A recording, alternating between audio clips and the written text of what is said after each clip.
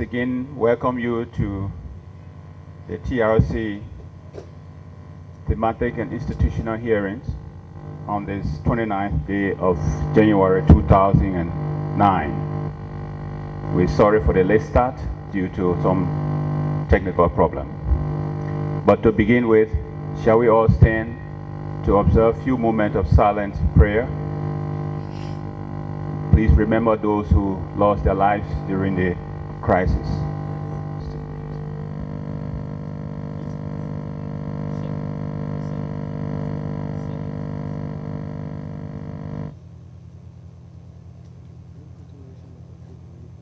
Thank you very much. Remain standing.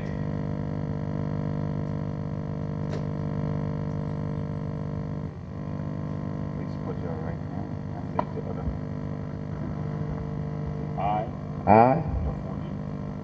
your full name, Mohammed Sherry, do solemnly swear that my testimony that my testimony that I have come to give that I have come to give to the TRC of to the Liberia TRC of Liberia is the truth is the truth and nothing but the whole truth. and nothing but the whole truth. So help me God. So help me God. Please be seated.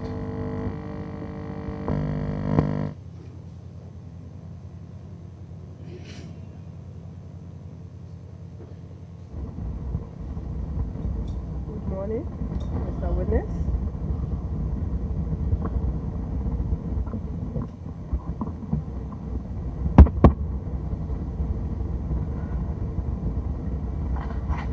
Good morning, Mr. Witness. On behalf of the TRC, I would like to welcome you to this process. I'm sure you were invited to come today by the TRC. Normally when we invite people, it's because during our course of investigating our mandate, maybe your name came up, or maybe you had some information you wanted to give to us, and this is the reason why you were invited to come today. It also shows, your presence here shows your commitment to wanting to see lasting peace to this country.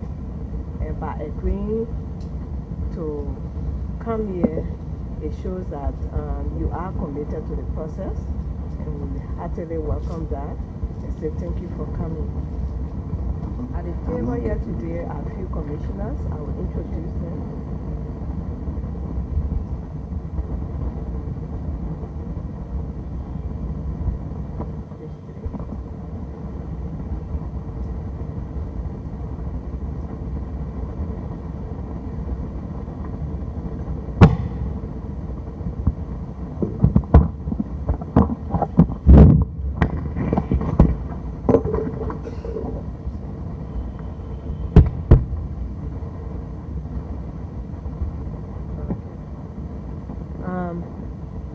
Present here are a few of the commissioners.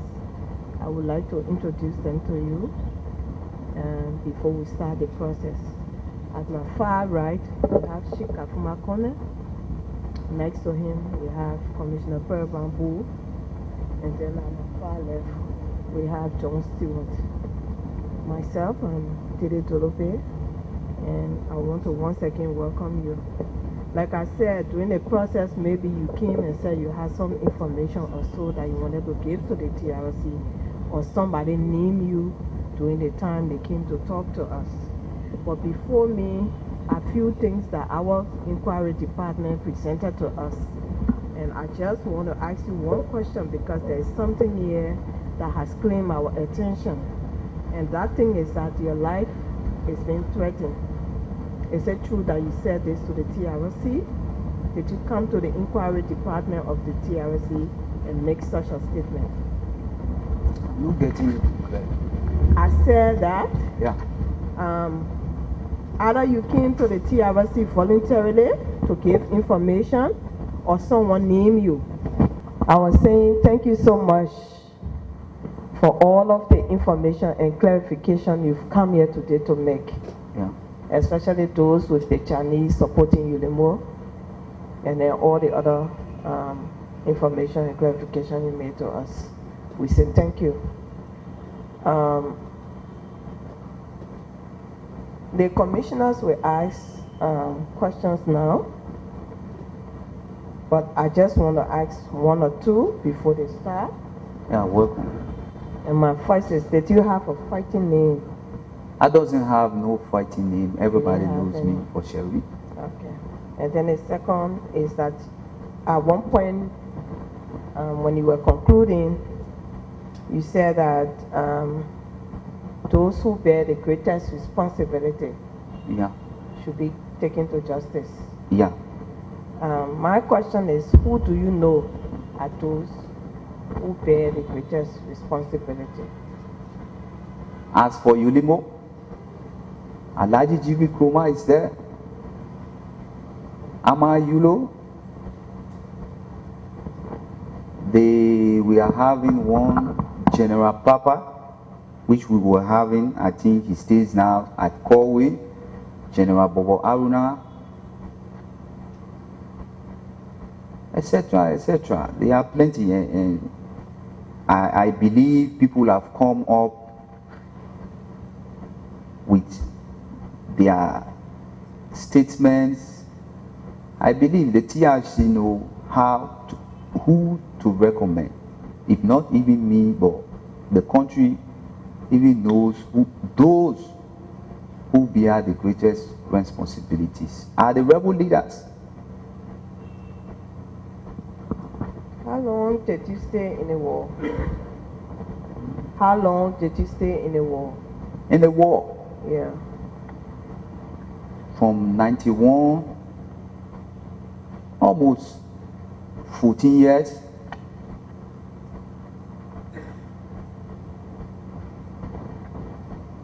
You stayed in the war for 14 years. Yeah, So at one point, you left childhood and you became an adult. yeah. Okay. All right. Thank you so much. We'll start with Stewart.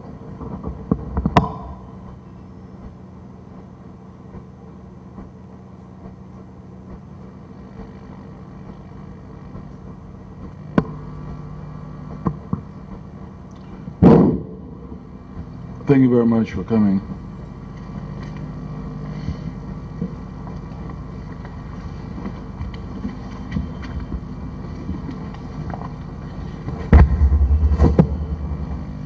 Maybe I just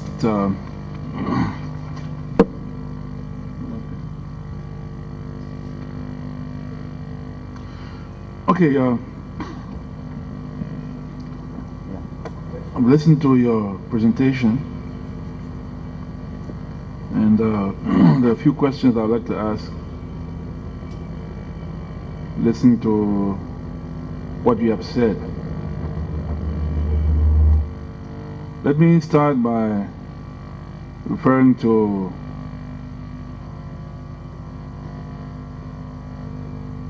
your involvement in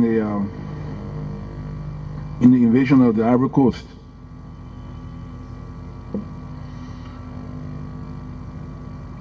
Firstly, do you know anything, or what do you know about River Bay in Liberia being a staging post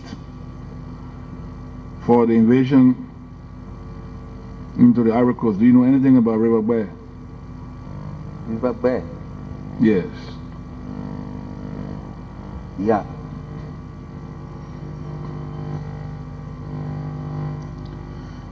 Can you give us a little more details about operations in that area? Who was the commander in that area?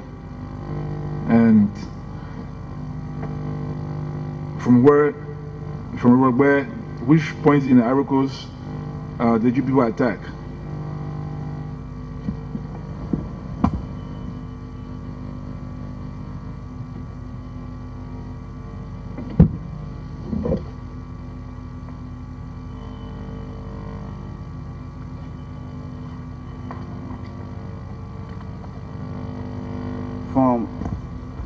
From River Bay, we started moving to another town by the name of Bantiwo. and Tia Tolple, Giboli, Danani, Yadoli, Ma,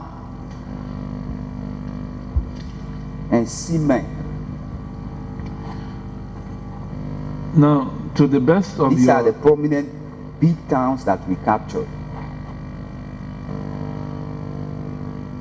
To the best of your recollection, were any Lebanese or foreign agents, foreigners, involved in the supply of arms and ammunition to you people into the Ivory Coast? I keep on saying this. There is always a strategy that the people who are leading as commanders, they can always use. For men to get the momentum, for men to take the extra mile to keep moving. They can call big funds that we inject your mind so you can be brave, that say anything even happens to me, I know I will be flown out of the war front and go live life somewhere extra. But for most of these things that we are done over there, is directly we used to get all supplies from Liberia straight. I can only recall at one time at RIA 12 in the night, we left from the mansion ground, we went to receive arms and ammunition. According to them, the foreign minister from the France government brought the logistic to RIA, and we collected the weapons and bring them down to the mansion ground. That are aware of that.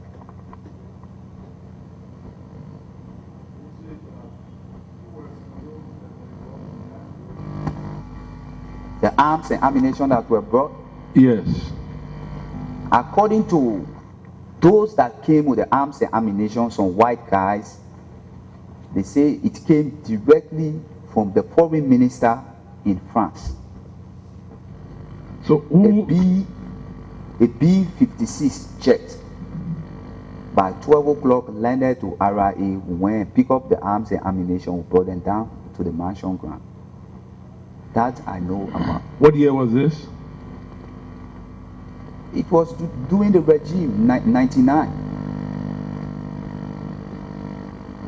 Because we were short of ammunition, we wanted to clear along that Fuya axis also, because when mosquito spray came for the first time, we repaired the attack, they went back to Guinea. That was the time now President Taylor said, gentlemen, I want for you guys to help me. From wherever route these guys came from Guinea, you need to trace that route. And that was the time Guinea mission came up. We get to know General Sheku Konde, one General Suleiman, what they say he was in the army of Lansana Conte, but he fled from Guinea because he was already committed to a certain group that wanted to overthrow Lansana Conte in Guinea. That how he left, he came back to Liberia. So all these guys were with President Taylor. So that how they wanted us to start to take over these big towns along the border so they can base with their men. Now, is the name Zumaningi or Suleiman? Suleiman, General Suleiman. Commissioner, I beg your indulgence. Can you just sign these documents so that we can make full copy, please? But there's no such hurry now. We can do that later. It's signed. It's signed already. Oh, okay. What is it? Abu.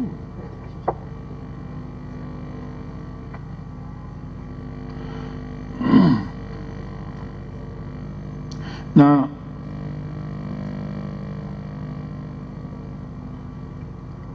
before we get to the Guinea invasion, I want to complete my questions on the situation in Ivory Coast. Yeah. Who were those commanders that were leading in charge of the operations to attack the Ivory Coast, and who were the overall commander? The overall commander at that time was General Sam Bokari, through the order of General Yeti, 50. About how many men were involved in this operation? We were over 2,000. Did the invading troops, did they encounter any resistance from the Ivorian army? Yes, there was resistance from the Ivorian army, but we were backed up again by the group from Ivory Coast side. We were hitting in collaboration with them, coming closer till we enter Danani. Were any prisoners taken? Prisoners taken? Yeah. From the Ivory Coast? To bring them down to Liberia. Were any prisoners captured and taken? Yeah, prisoners were captured, hospital looted, people killed, houses burned down. What happened to the prisoners who were captured? The prisoners that were captured were turned over to General Sam Bokari, and they turned them over to Yetin to bring them down to Monrovia. I doesn't know what they did to them later.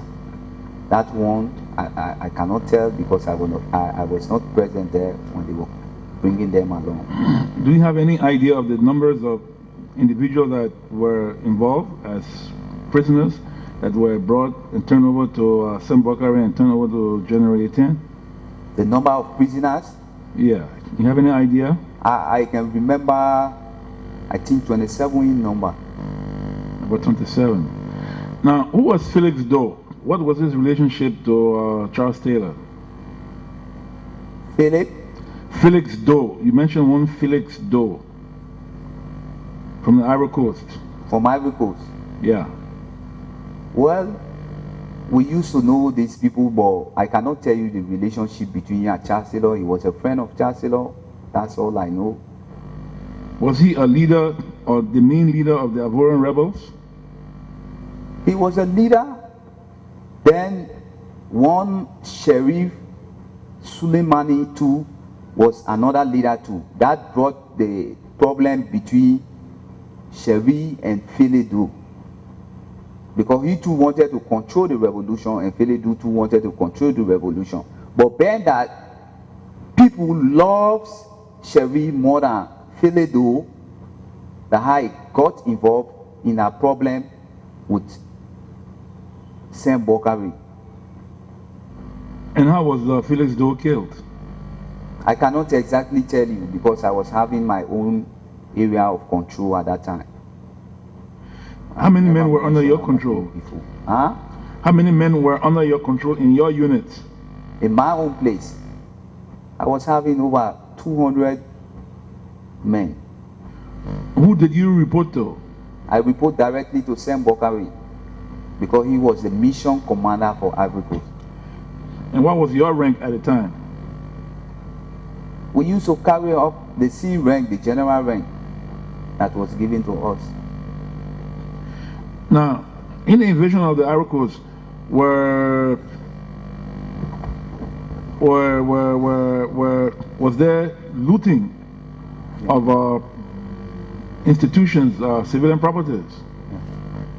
Was there deliberate killing on the part of the invading forces? It was obvious.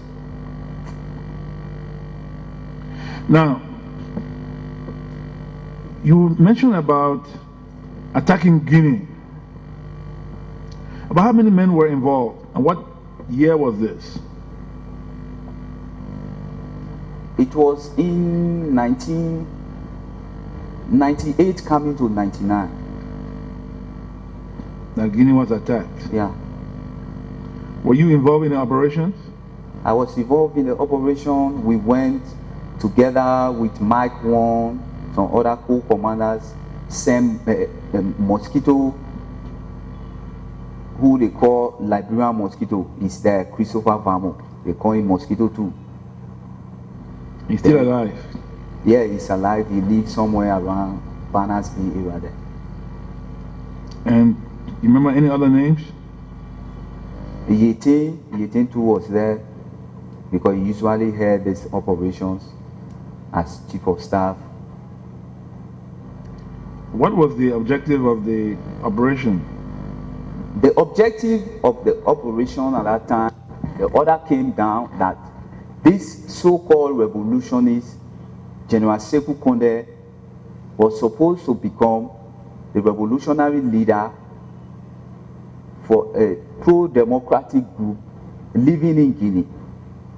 But it came at a time when we started attacking the positions, then that he's not having enough manpower, that how it came up that his mother, who stays in Guinea, have already advised him to forget about Guinean revolution and just keep waiting till if he wants to become whosoever, let him link with his brother Alpha Conde, then they can shoot up as presidential candidate. But they shouldn't bring problem to their people in Guinea. That was the time he gave up. And that was the time this Sekou Konde gave up? Yeah. And where did he go after he gave up? He was still with the revolution. Is he alive today? He's alive. He's in France. Now, you said that you were in Gegedu or Masanta for 11 days? 11 days. Gegedu, we first captured Gegedu, we were there for 11 days. We retreated again, we went and hit Masanta. Rushed into the refugee camps, destroyed the refugee camps. We came to the military barrier, we took some arms and ammunition from there, and we crossed back to Liberia. The same goes to Kisidugu too. There was a prominent military barrier in Kisidugu. When we captured the town, we raised the army from the barrier. We took, because we were short of arms and ammunition, so we took arms and ammunition from there. That's where I was having one of my friends, they call him General Ray too. He was fired on that operation. When we were coming back, because of the storm in the water, the crossing, so many other commanders died, and men, the water even carried them, civilians that we were bringing back, plenty people died through that crossing. Was this during the rainy season? Where? Was it during the rainy season? It was not during the rainy season per se, but when we enter, the time we can cross in the morning, the water can come up small. It reaches to a certain time, like around 12 or 1, it will get down a little bit. So if you cross now, after the evening, the storm will be in the water, so it will not be easy. But we are chased out by enemy forces, so we were forced to cross. That's how we left Isidugu. That was the Guinean army now you're talking about? Yeah, the Guinean army with some Kamajors, because they were in the native attire, they call them the Kamajors. We are thrown out of Guinea. We came back to Liberia. Now, you also started off with Ulimo. Yes, sir. And you mentioned that you were with Ulimo at the time its first commander, General Kape, was killed. Yes, sir. Can you throw a little bit of light on the circumstances that attended the death of General Kape? When General Alhaji G.V. Nkrumah came for Guinea with the notion to come and persuade the government of Sierra Leone so he can head LUDF, but being that General Kape was already there and it's well known in Sierra Leone because he have already started boosting the morale of Liberians fighters who are living in Sierra Leone at that time. So he found it difficult to penetrate the command structure.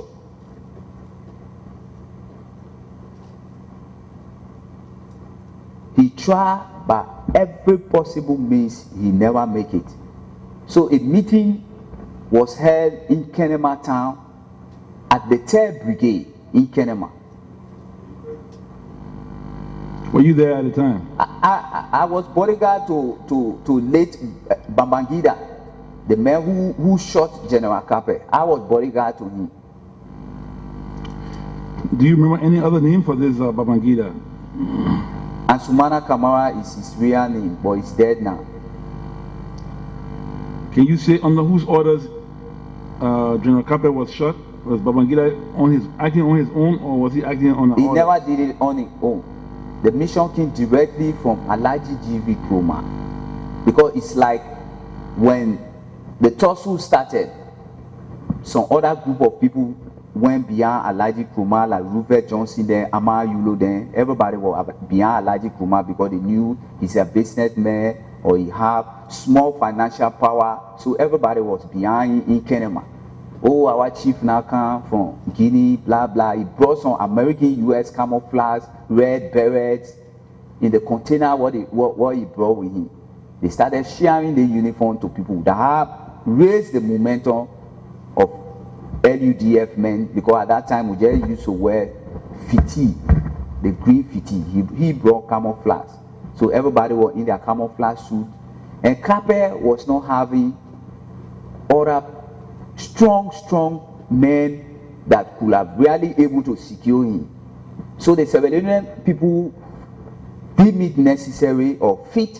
They say he should be behind the brigade in Kenema. They gave him one lodge there, so that the place he was residing. But it came to a time around 12:30 in the night. Alaji Kroma drive to the house of General Babangida now and Sumana Kamara and tell him that I have already given an order to Amar Yulo to carry on the execution of General Kape, so I can become the leader for LUDF. But I have my own name that I brought from Guinea. When the mission kicks, then I will announce myself. And were you there at the time such discussions were going on? It was right outside, because the whole place we're living in is just a military barrack. So there is nothing strange that you can discuss in room to anybody. They can always discuss outside.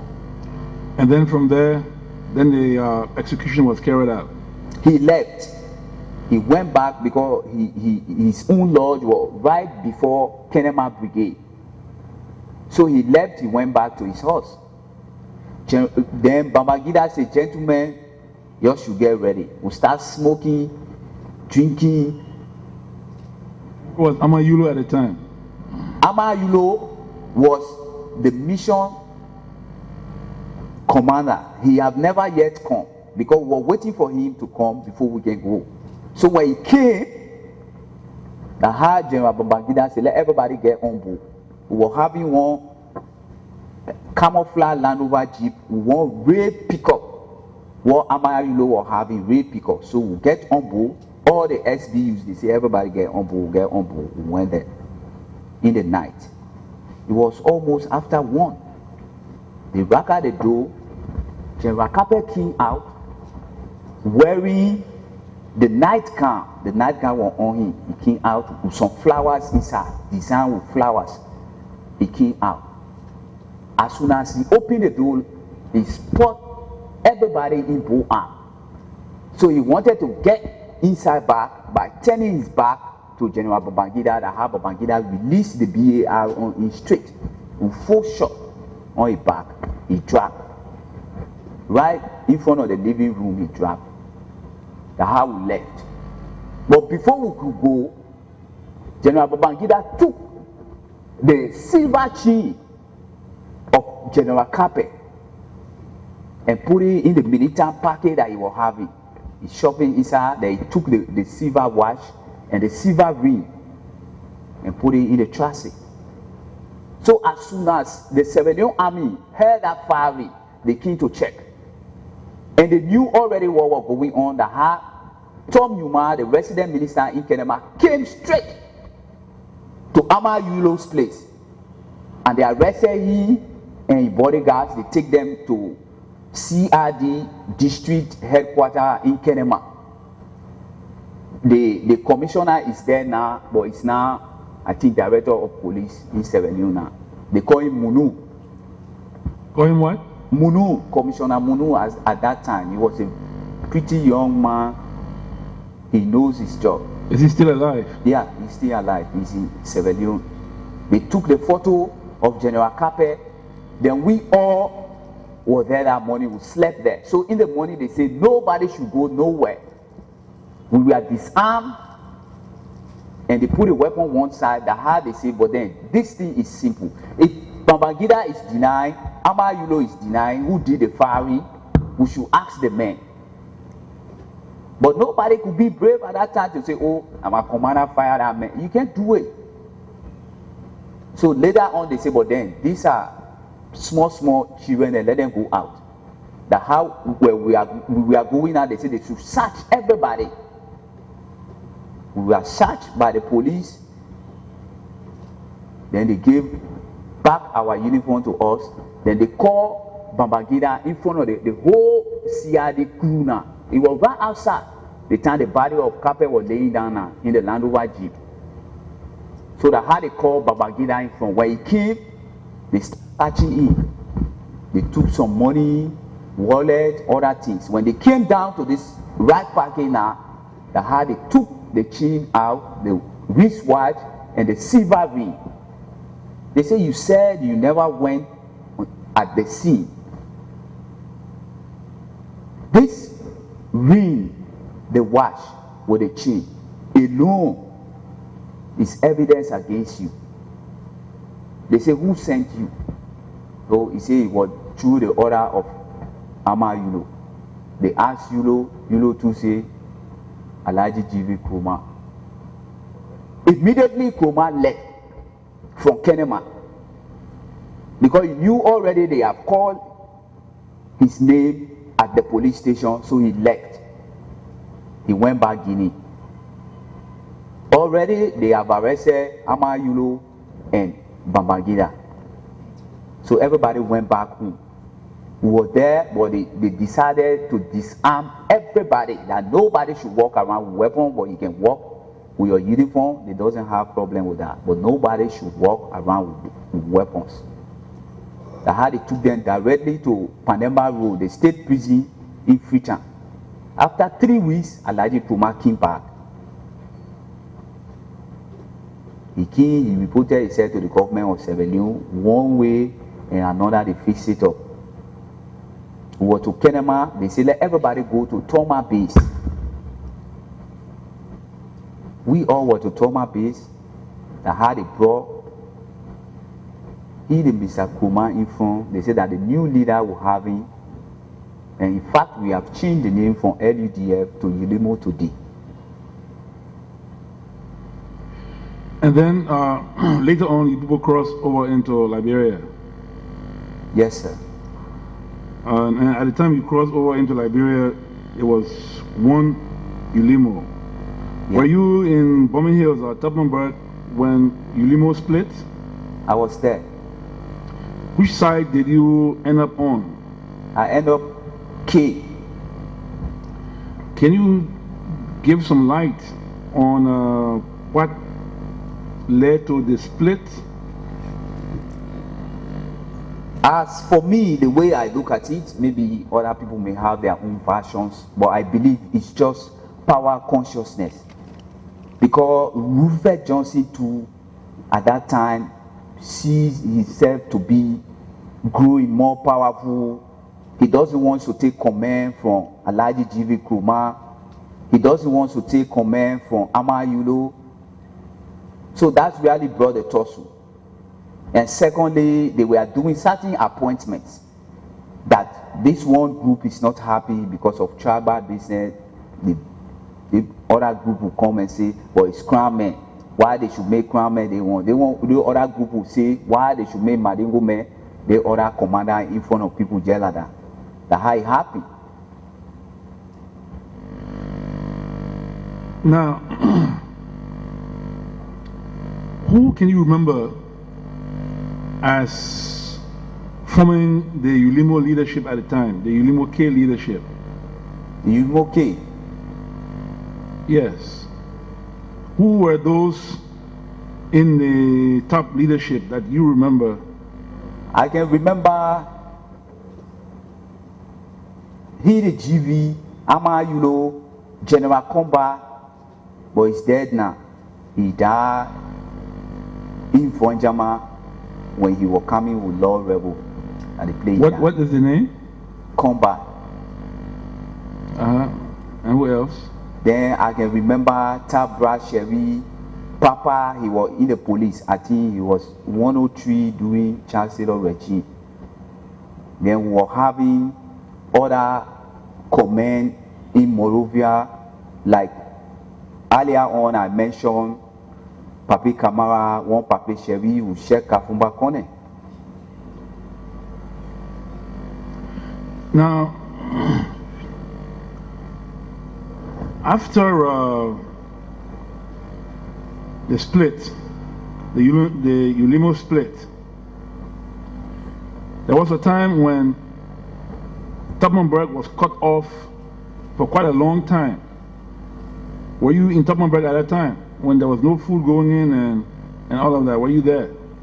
You see, at that time, we were basing in Banga when Banga fell. Banga fell because of that problem was arising, that how we took men from Banga, we came down to bomb it, to reinforce. But at that time, we were not bought yet by Taylor to reinforce Ulimo K, because we were already sensitized by Kruma men that we should come and join Kruma together with Pepper and Saw, because Pepper and Saw was a Madingo boy, John Gujabatu, he from the same Madingo track. So that how we came, after running the mission, we went back and sit down to Banga before we were brought to Monrovia. We joined the NPFL. Which year was this, you say? I said 94. 94? Yeah. Oh, and that was the year that Banga fell, 94? Yeah. And you were attacking on the Banga axis at the time? Yeah, we were attacking Banga axis. We were there. Now, when did you first join, after fighting against the NPFL for such a long time, when did you first join Taylor, and what was it that led you to join Taylor? What encouraged you to join Taylor? Well, we were having our key advisors, as earlier on I continue to say, they brought us down to Monrovia. Immediately after the fall of Banga, we were there for a certain time because they knew they cannot able to pull us back from Banga. So they decided buying us so we can join them and be part of them. You joined? Yeah. What time was this? It's in 94? 94. And who were those? Late 94, I think coming to September like that, September or November, something like that. So by 1995, 96, you were already on Taylor's side? Yeah. But, and you say who were those that convinced you and others to join Taylor? We were having Papi Kamara. Bambe Kamara, you say? Papi. We call him Papi Kamara. Mesa Kamara. We call him Papi Kamara. You know his full? Do you know his full name? His full name is Mr. Kamara, but when it's all along we used to call him Papi Kamara. Is he alive today? No, he's dead. All right. And who else? And one Mr. Sheriff too, he lives somewhere around Douala. He's still living. He got one brand new green Jeep, Toyota full-wheel drive Jeep that he can always be driving. It's black, short, fat in the body. And the two of them, along with others? There were others, even Sheikh Kafumba Kone, I shall continue to say.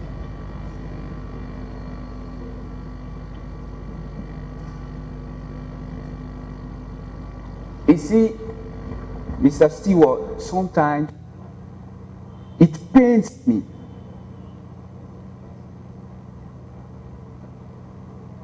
I can feel it to really see people who doesn't have the integrity to say, yes, I did it. If we are brave, we can come up and sit here who says all what we've been doing. Then why other people can't too have that initiative, that notion to say, yes, it is true. I was part of this, but because I wanted power or I wanted money, you know, or it's bad. They sit back like they doesn't even know nothing. After they have destroyed our futures, made us to be half crazy, we just moving around, just like enemy planes. It's bad.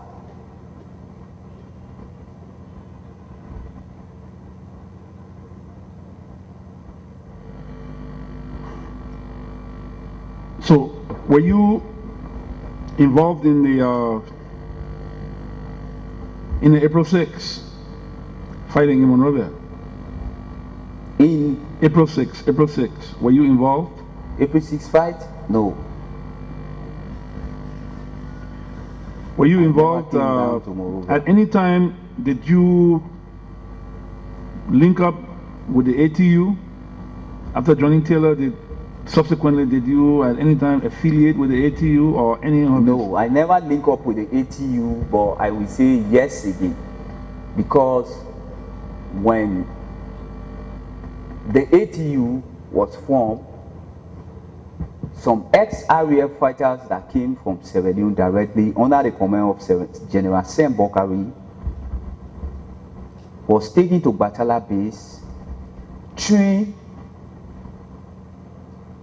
From there, they become ATU. But during my own command, I was with the militia at that time because I never wanted to join ATU, because when you go ATU base, you know, they do one or two things that I doesn't even love. But I was having men assigned under me, ATU men. They take command from me, and I do execute orders from even Momojiba. He knows when we were in Vonyama, before even the death of Francois Massacre in Vonyama. Were you around there at the time? Yeah. Was it your forces that opened fire on Francois Massacre, or was it the enemy forces? It happened this way. We were in Vonyama at that time, but when that the Lord forces have already attacked Vonyama, just like what I was saying here. General Jiba was not having that integrity to tell the president that we have retreated from Vonyama. For every time 020 from the Marshall Ground used to call, they would tell the presidency, we are still in Vonyama. We retreated, we came close to Zozo. We were based in Zozo. It was during that time President Taylor sent Francois Massacre. He said, go to Vonyama and give them this logistic. Unknowing to him that already we have retreated from the ground. Nobody was told, because the directive comes from the commander to the radio man that is sending out. Buddha said, no way. When the helicopter came, the chopper landed at the airfield, thinking that we are on the ground. That was the time they met with the enemy forces.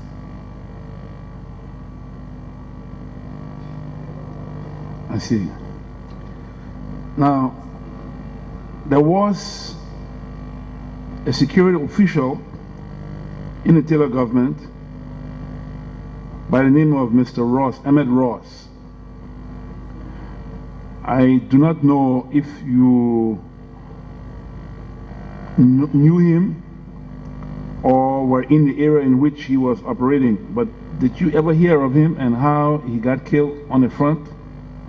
Ross. A red-skinned man, short. I cannot tell you anything about that. Okay, thank you very much.